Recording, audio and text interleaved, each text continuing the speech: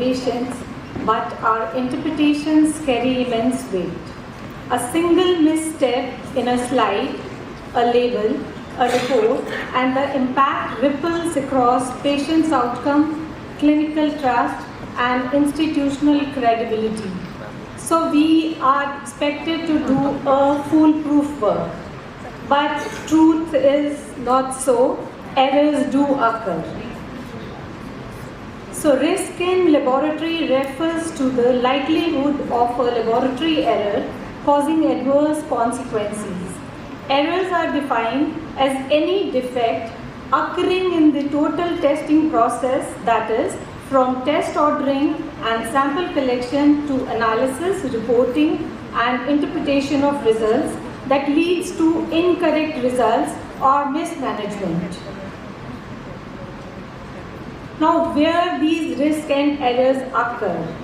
Risk in pathology does not come from rare or complex cases, it hides in the routine. Errors are rarely due to ignorance or lack of competence. More often, they stem from system failures, communication gaps, and human oversight. So with this background, I start my topic on tackling errors with risk management.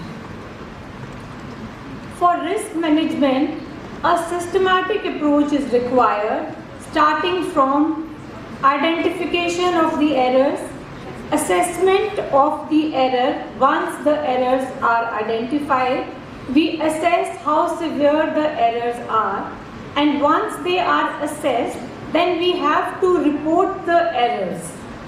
After reporting, in order to prevent the recurrence of these errors, the errors need to be treated or prevented.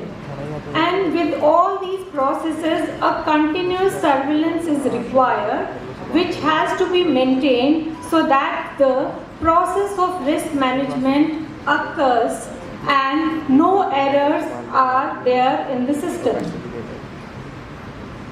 So as I've told you, the main pillars of risk management are risk identification, risk assessment, risk prevention, and treatment.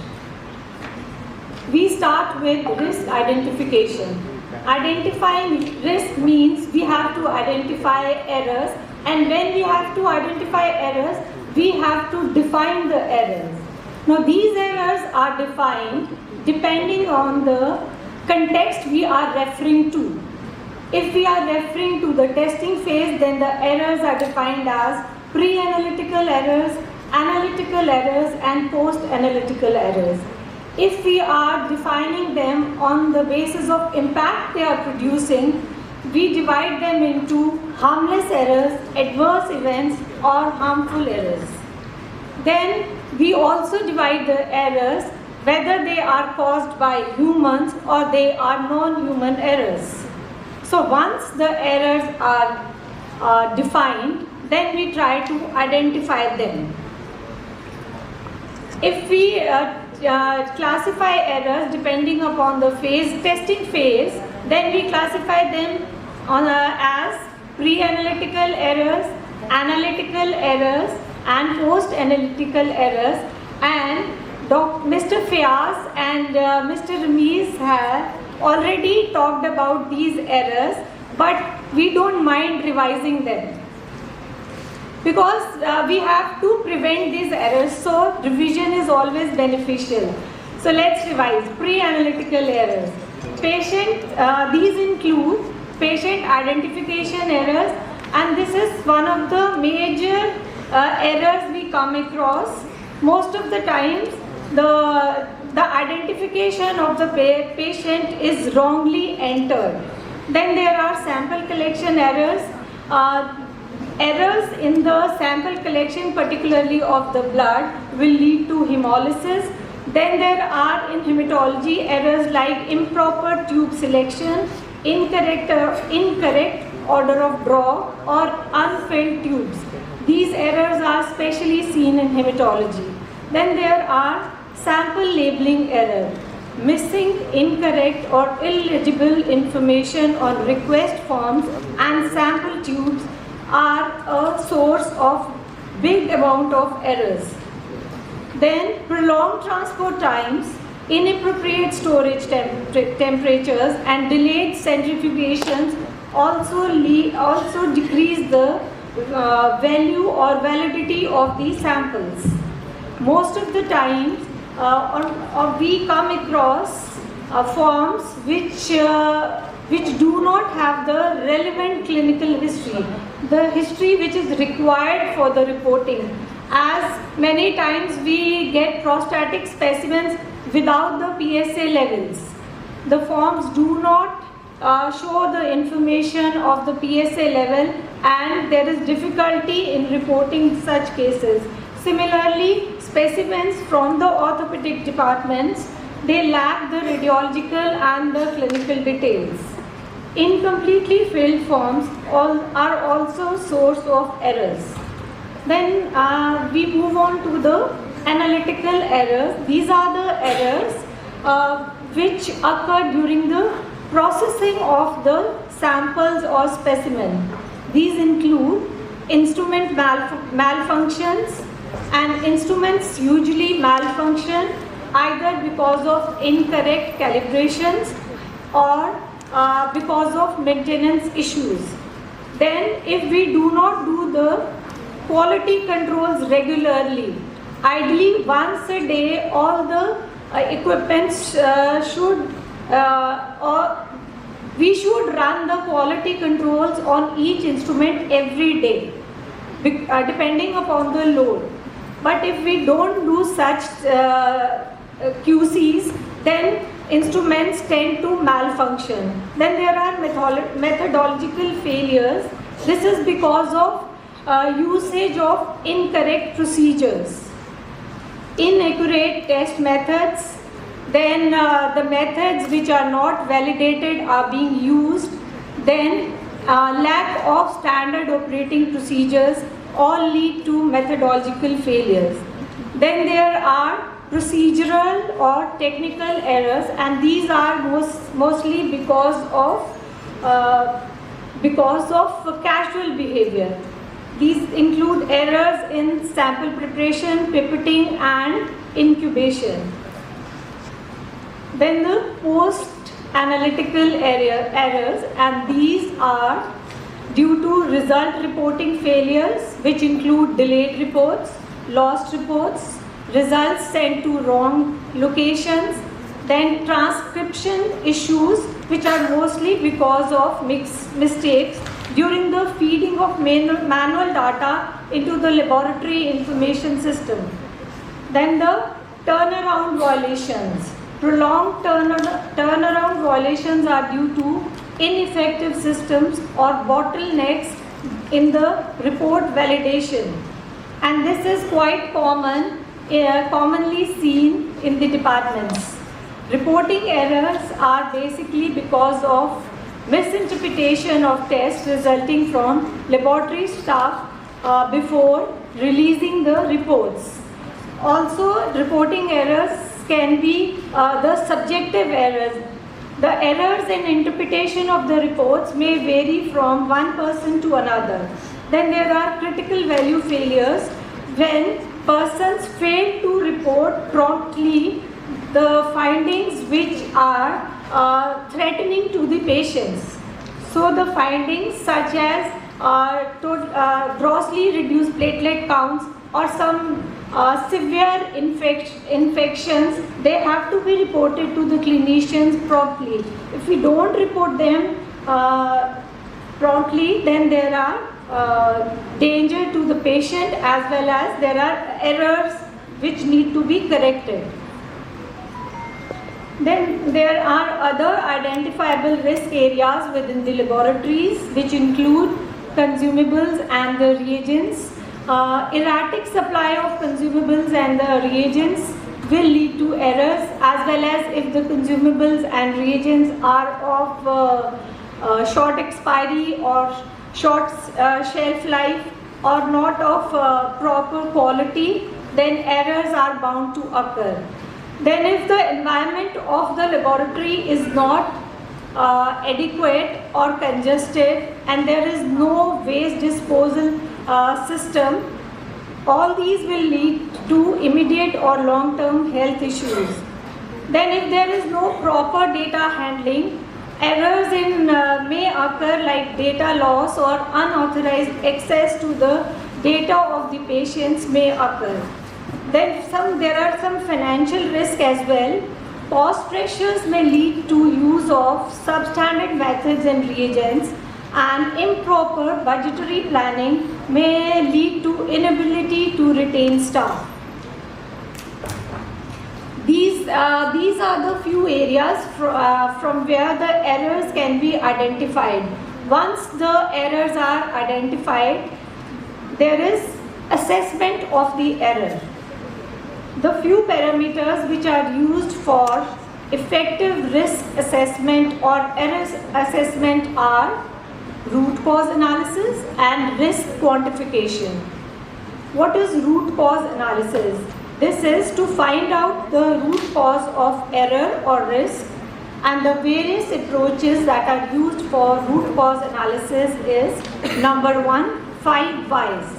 Ask 5 times why to identify the final problem.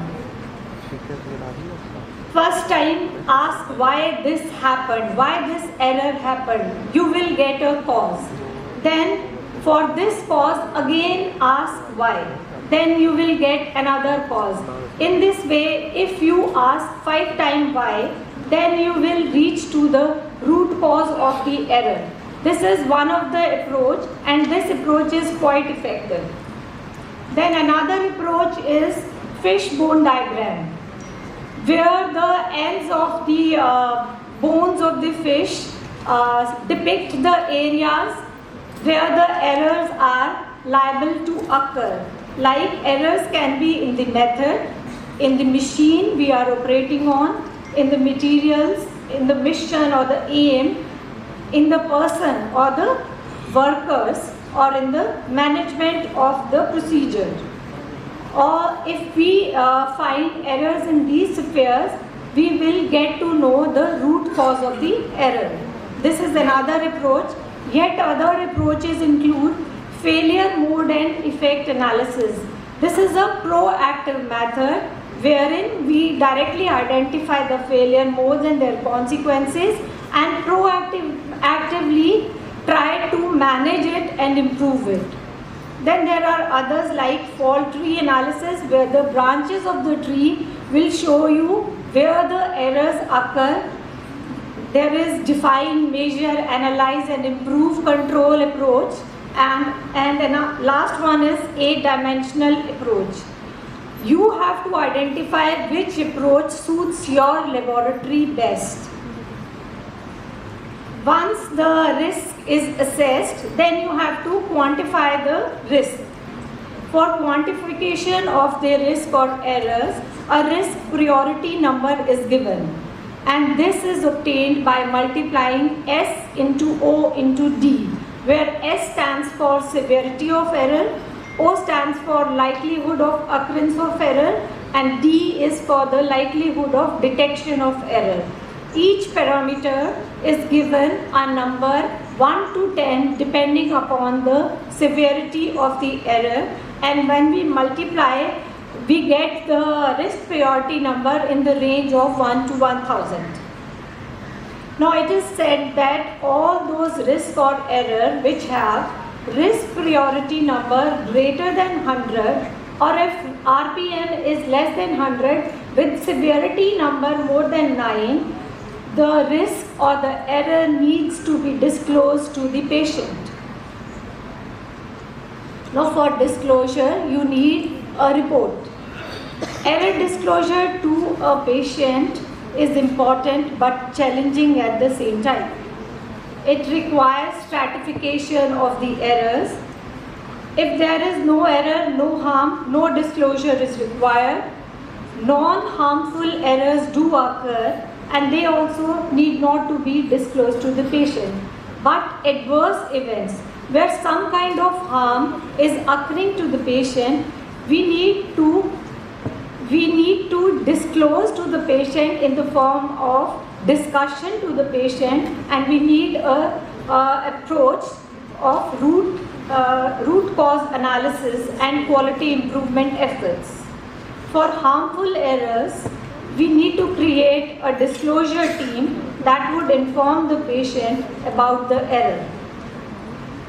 Now, this disclosure team will prepare a disclosure report, which will have an empathetic apology explaining personal and system accountability, explaining the details of the event, including the primary and the secondary reasons leading to the event, as well as the consequences of quality of care and end results.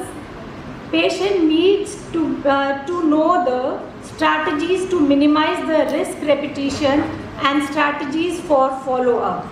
Effective disclosure involves communication, addresses legal and ethical issues, and improve organizational learning.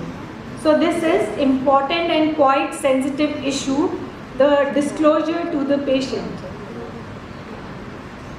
After the risk identification, risk assessment, and the disclosure, if we have to prevent the repetition of errors and risk in the laboratory, they need to be treated and prevented.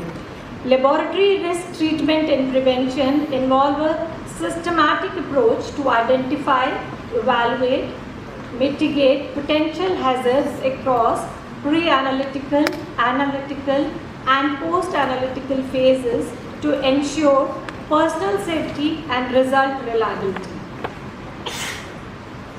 So the key approaches for the pre-analytical errors include creating clear, well-structured requisition forms with adequate space for the clinical details.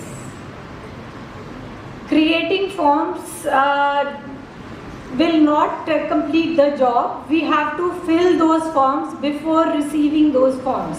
If the forms are incompletely filled, send them back to the clinician and to the patients, and only receive those forms which are filled or completely filled with the relevant clinical details.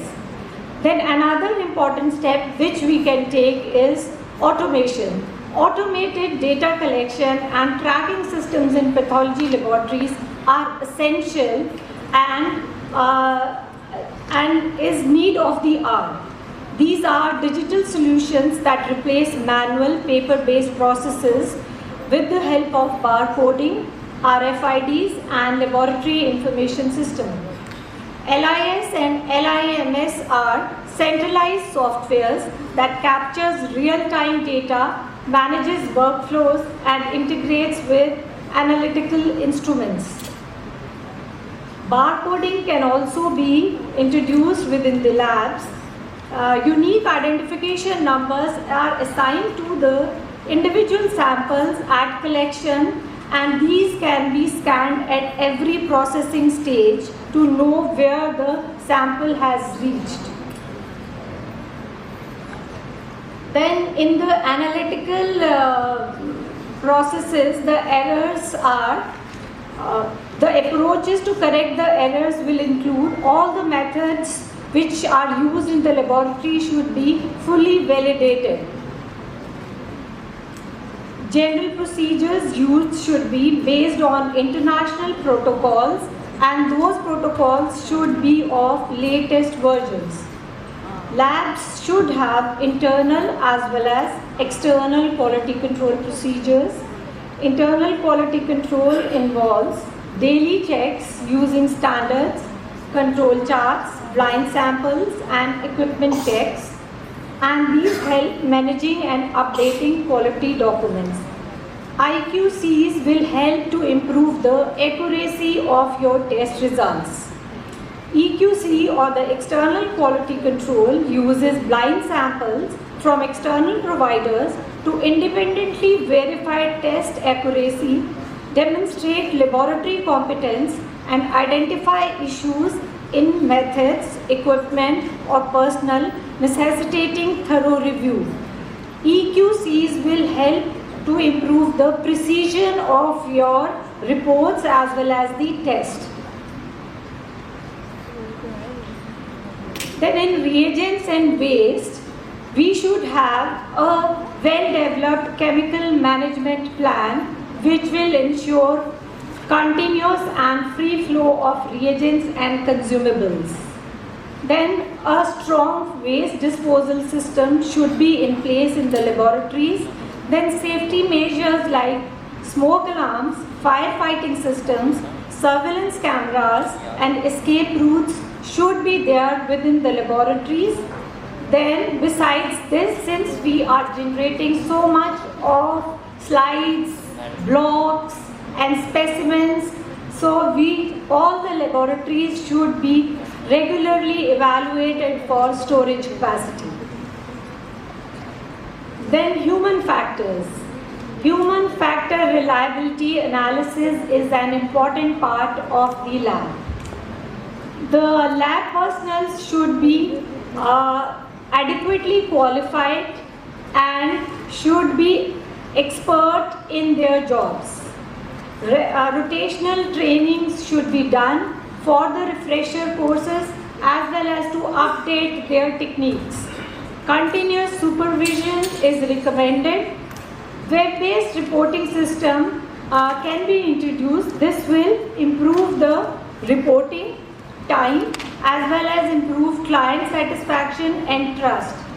If there are physical record maintenance, then the records should be properly protected against the unauthorized access. Policies to protect confidentiality should be in place. If digital records are being used, then the creating backups is a common method for preserving digital data. Data handling softwares must be verified and protected against tampering. Then SOPs. These are essential written instructions that ensures laboratory personnel to perform procedures accurately and consistently. A well-structured SOP will ensure consistency and uniformity across procedures.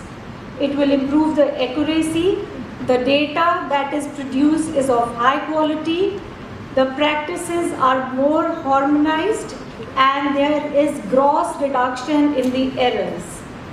SOPs should be made and they should be pasted on the workspace against each equipment we are using. So printed SOPs should be there and pasted near the work areas to ensure the consistency, accuracy and harmonization of the practices. Then cultural attitudes. These are the good habits which a laboratory personnel should use. Accurate records. All these habits will definitely going to reduce the amount of errors we come across. Then communication. When you are working in a setup where you have got many experts, then one should not feel shy to get a peer review or second opinion. Every difficult case should be discussed and a second opinion should invariably be taken. Then feedback channels with clinicians are also equally important because this will help in making a better diagnosis and this will help in the patient care also. Then another important thing which should be done regularly is clinico-pathological meets, especially clinico-pathological discordant rounds where clinicians have a different diagnosis and pathologists come up with different diagnoses. These rounds are important not to blame each other but to learn from each other. All these efforts will go waste if we do not have a strong surveillance. Surveillance helps to continuously evaluate the effectiveness of completed risk management activity. So continuous monitoring should be there and a strong quality control plan should be in place to ensure reduction in errors, and proper risk management. Take home message is, you should use standard protocols, checklists and SOPs in every phase of your laboratory work.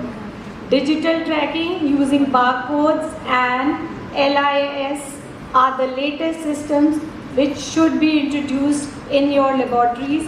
Introduce peer reviews for high impact case diagnosis. Establish open error reporting and root cause analysis. Foster clinician pathological feedback loops. Thank you.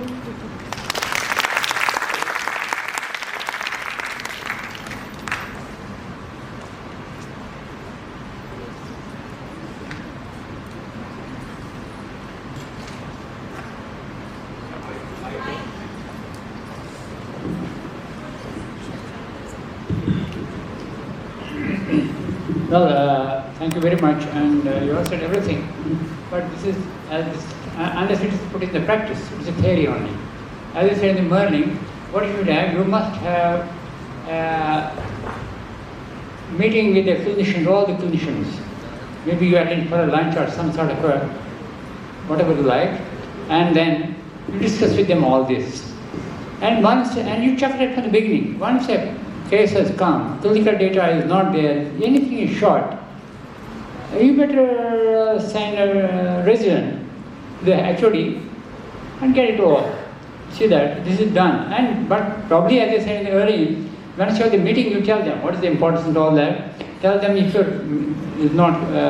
clinical data is not there, exactly what you want, what is there, what you have removed, what you really want.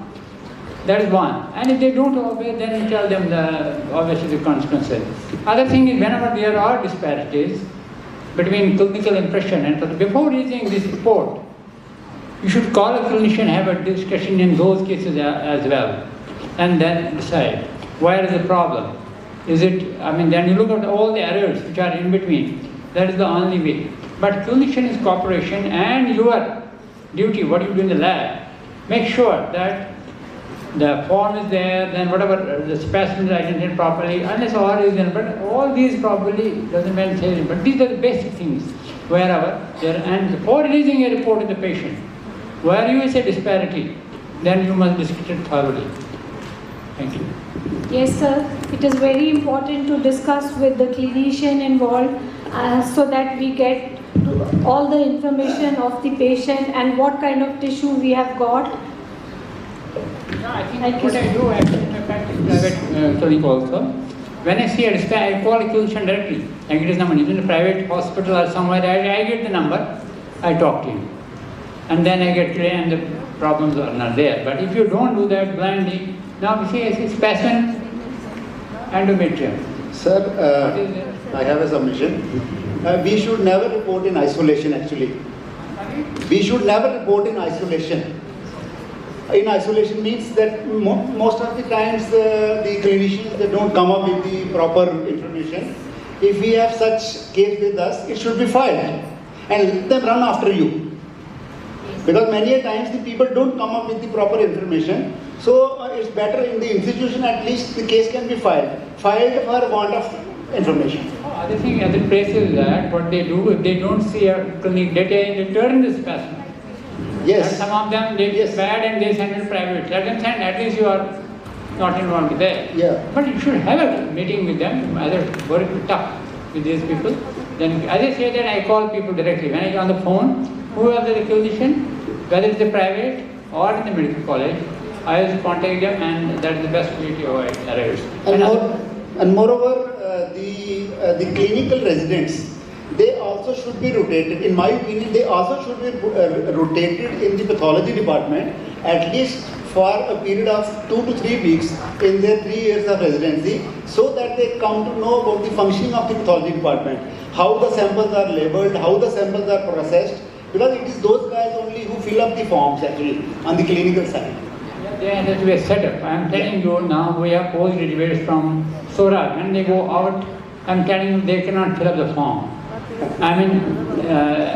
Similarly, in Gynae Hospital, I mean, there's no teaching positive teaching. Yeah. They just watch clinical what madam is doing this and that, then they, no, unless you have a teaching and a strict learning, then you can do it. They don't know how to keep the forward information to the pathologist. What will they do? So that is a part of training. But then, you must have peak and clinical pathology. And as far as our, as far as the pathology residents are concerned, it's a sincere advice to them, all of them. Please go to the labs. Wherever you are posted, don't just sit in the AC room and see slides. Don't see slides in isolation until and unless you go to the lab where the tissues are being processed, where the smears are being processed. You will never in your life will be able to find out where the problem is. Suppose if you have never visited a histopathology lab and seen with your own eyes what chattering is. These days, chattering is not there, but those places where the manual cutting is there, आपको कभी पता नहीं चलेगा what chattering is. What has happened to this slide? So until and unless you go work with your own hands, soil your hands with the stains, and maybe get one cut also somewhere, you will not be able to find out where the problem is. Until and unless you are able to find out, fix the problem, you can't tell your technician that this is the problem.